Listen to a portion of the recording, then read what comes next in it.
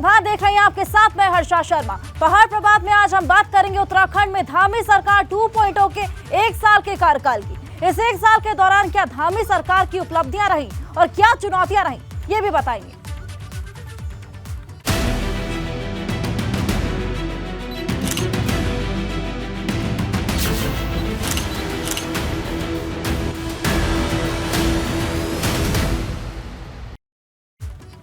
तो सीएम धामी के इस कार्यकाल के 1 साल पूरे हो गए हैं और 1 साल पूरे होने पर सीएम धामी ने एबीपी गंगा से खास बातचीत की। सीएम ने कहा कि हमने जो संकल्प जनता के साथ लिया उसके लिए लगातार काम कर रहे हैं। उत्तराखंड को देश का सर्वश्रेष्ठ प्रदेश बनाएंगे। आपको दिखाते हैं उत्तराखंड ब्यूरो चीफ अजीत सिंह राठी को सीएम पुष्कर सिंह धामी के साथ एक खास बातचीत। पिछला 1 साल है, क्या आप उससे पूरे सेटिस्फाई हैं और क्या क्या चीज़ें हैं वो जो आपने मतलब कागज से उतार के ज़मीन पे उतार दिए हैं?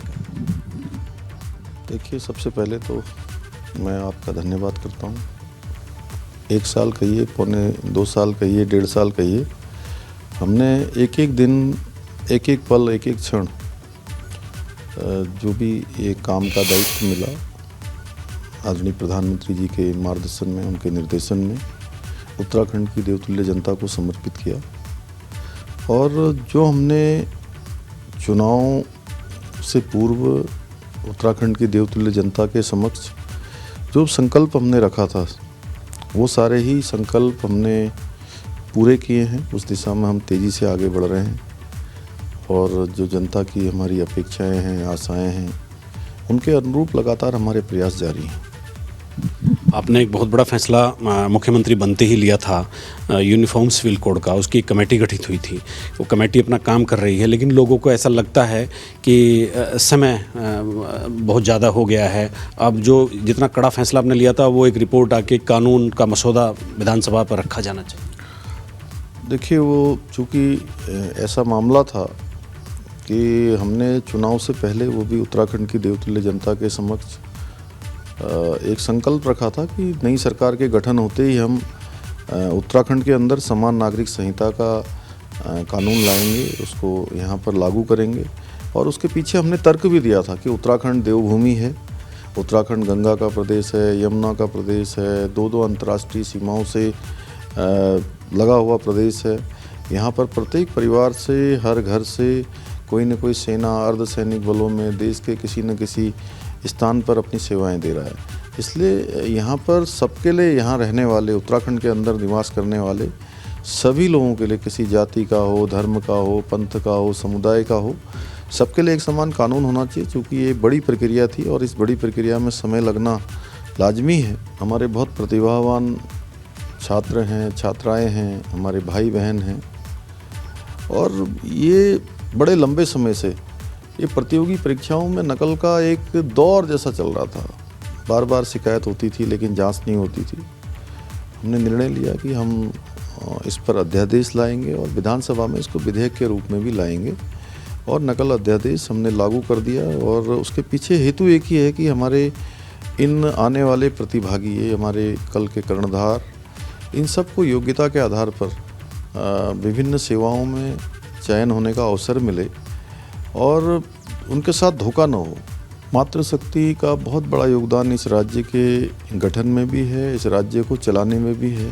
हमारी उत्तराखंड की माताओं बहनों को बहुत संघर्ष के दौर से यहाँ गुजरना पड़ता है।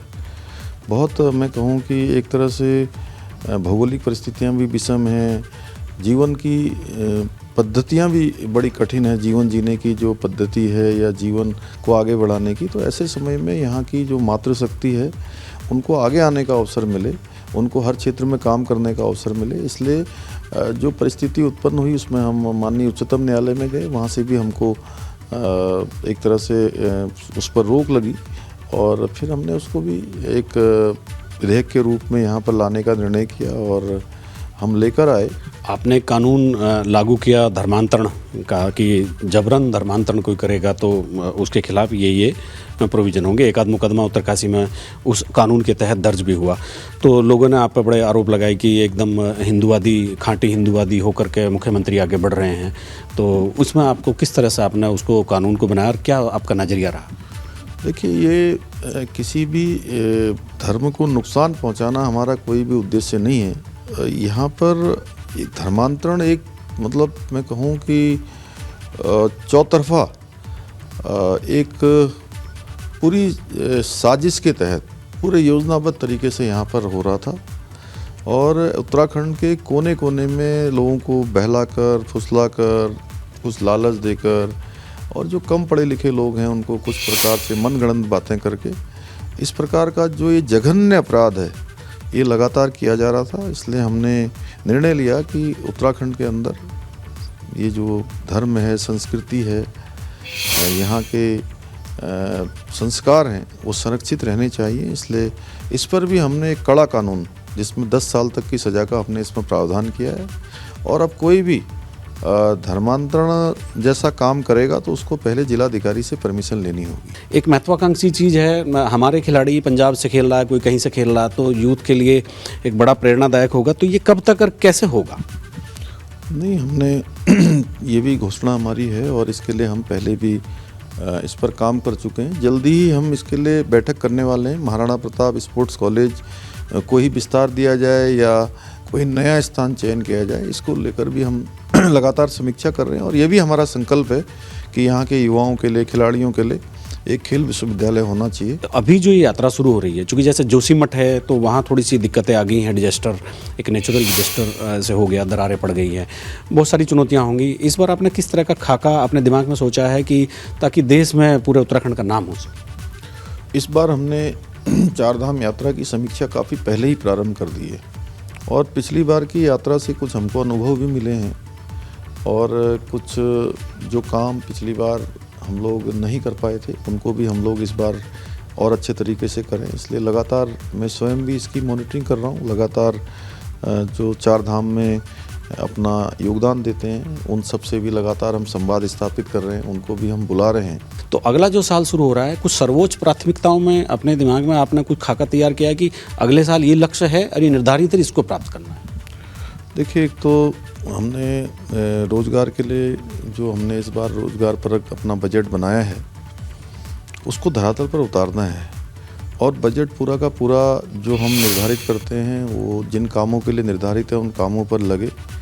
उसके साथ साथ जो आय और व्यय इनका भी एक हमने खाका बनाने का निर्णय लिया है कि हर महीने जो है जो हमारे लक्ष्य हैं उस पर हम कितनी हम पूर्ति कर पाए हैं, कितना खर्चा कर पाए हैं, कितनी प्राप्ति कर पाए हैं, उनका एक रोस्टर बनाकर काम करेंगे और अगले 10 सालों का एक रोड मैप इस बार अप्रैल माह से ही हम लोग प्रारंभ करेंगे, जो रोड मैप सभी विभागों ने बनाया है। बहुत सारी बातों पर, बहुत सारे बिंदुओं पर मुख्यमंत्री जी के साथ चर्चा हुई है। पिछले साल क्या किया है एक साल में और उससे पहले क्या किया है और अगले साल का क्या निर्धारित लक्ष्य है। बजट को ग्राउंड पर उतारना और जिस चीज़ के लिए बजट का प्रोविज़न किया गया है वो उसकी लक्ष्य प्राप्ति करना, तो ये एक बहुत अच्छी बात होगी अगर बजट खर्च हो जाता है। अपने सहयोगी कैमरामैन निशांत चौहान के साथ एबीपी गंगा के लिए देहरादून से अजीत सिंह राठी। उत्तराखंड सरकार के इस कार्यकाल के 1 साल पूरे होने पर पशुपालन एवं गन्ना मंत्री सौरभ बहुगुणा ने कहा कि धामी सरकार का ये कार्यकाल सार्थक कार्यकाल है। हमने लगातार अपने घोषणा पत्र में किए वादे पर काम किया। किस तरीके से 1 साल देखते हैं आप?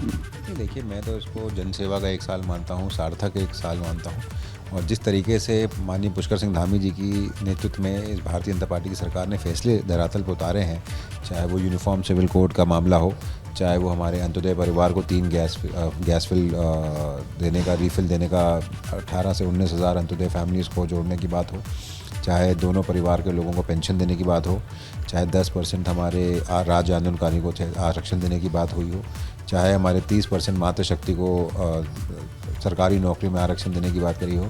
लगातार ये सरकार अपने घोषणा पत्र पे काम कर रही है। लगातार ये सरकार युवाओं को रोज़गार से जोड़ने के लिए, आपने देखिए कैसे पूरा रोस्टर जो है नौकरियों का निकाला गया। तो ये सरकार की प्राथमिकता युवाओं को रोज़गार से जोड़ने की थी, मातृशक्ति को सशक्त करने की थी। हमारे जो विजन डॉक्यूमेंट था 2022 का चुनाव का, उसको धरातल पर उतारने की थी और इस 1 साल में माननीय पुष्कर सिंह धामी जी ने लगातार उस पर काम किया है। इस सरकार ने लगातार अपने विजन डॉक्यूमेंट में काम किया है।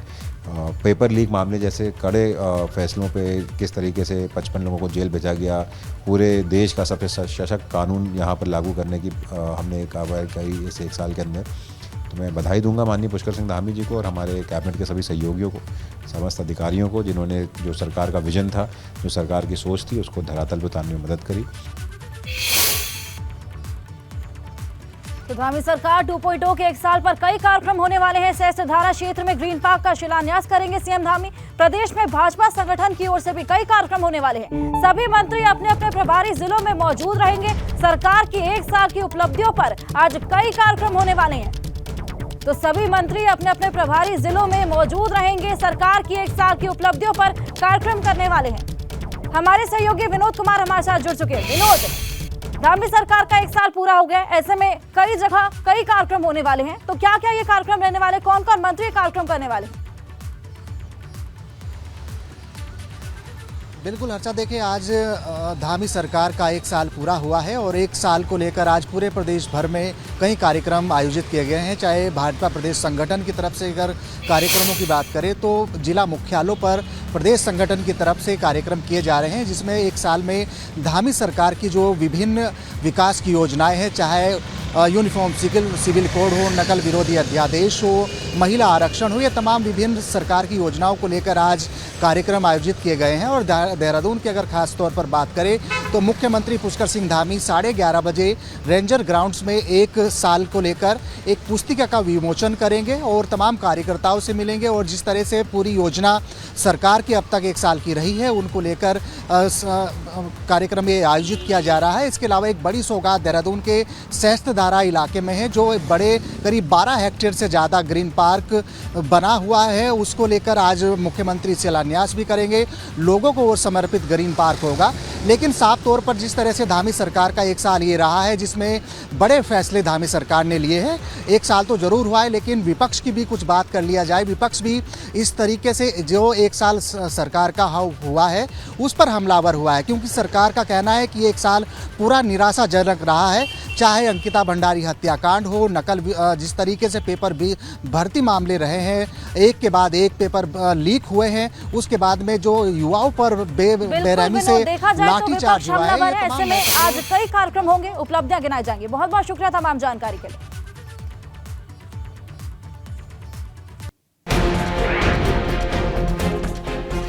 बद्रीनाथ धाम के 27 अप्रैल और केदारनाथ धाम के कपाट 25 अप्रैल को खुलेंगे, जबकि 22 अप्रैल को अक्षय तृतीया के दिन गंगोत्री धाम के कपाट खोले जाएंगे। चमोली के दौरे पर पहुंचे स्वास्थ्य मंत्री डॉक्टर धन सिंह रावत। कर्णप्रयाग में भाजपा कार्यकर्ताओं ने स्वागत किया। आज गोपेश्वर में कार्यक्रम में शामिल होंगे। हरिद्वार में जिला कारागार पहुंची मंत्री रेखा आर्य, कैदियों के साथ क्रिकेट खेलती हुई नजर आई। जेल दिवस के मौके पर जेल में हुए सांस्कृतिक कार्यक्रम। पिथौरागढ़ में बढ़ती महंगाई को लेकर कांग्रेस का हल्ला बोल। जिला कांग्रेस कमेटी ने सिलथाम चौराहे पर प्रदर्शन किया। भाजपा सरकार के खिलाफ नारेबाजी। मां और 3 बच्चों की मौत का मामला। बागेश्वर में किसी की गिरफ्तारी नहीं होने पर परिजनों ने काटा हंगामा। पुलिस ने कार्रवाई का भरोसा दिया। भीमताल की एक निजी यूनिवर्सिटी में अंतर्राष्ट्रीय कार्यशाला का आयोजन। कई देशों के वैज्ञानिकों ने पेश किए रिसर्च पेपर। भारत में बेल्जियम के राजदूत ने हिस्सा लिया। उत्तराखंड में सरकार के शराब सस्ती करने के बाद गरमाई राजनीति। कांग्रेस के छात्र संगठन एनएसयूआई ने प्रदेश सरकार का पुतला फूंका और सरकार के खिलाफ जमकर नारेबाजी। रुड़की में बसपा ने लगाया जिला पंचायत अध्यक्ष पर वित्तीय धांधली का आरोप। राजेंद्र सिंह पर 7 करोड़ की वित्तीय हेराफेरी का आरोप बसपा के सुभाष वर्मा ने लगाया।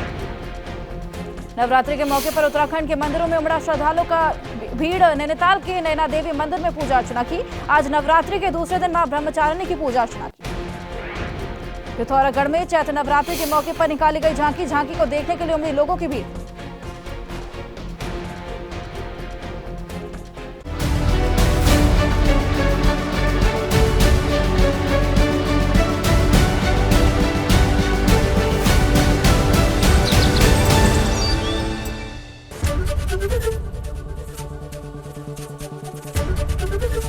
एबीपी गंगा, खबर आपकी, जुबान आपकी।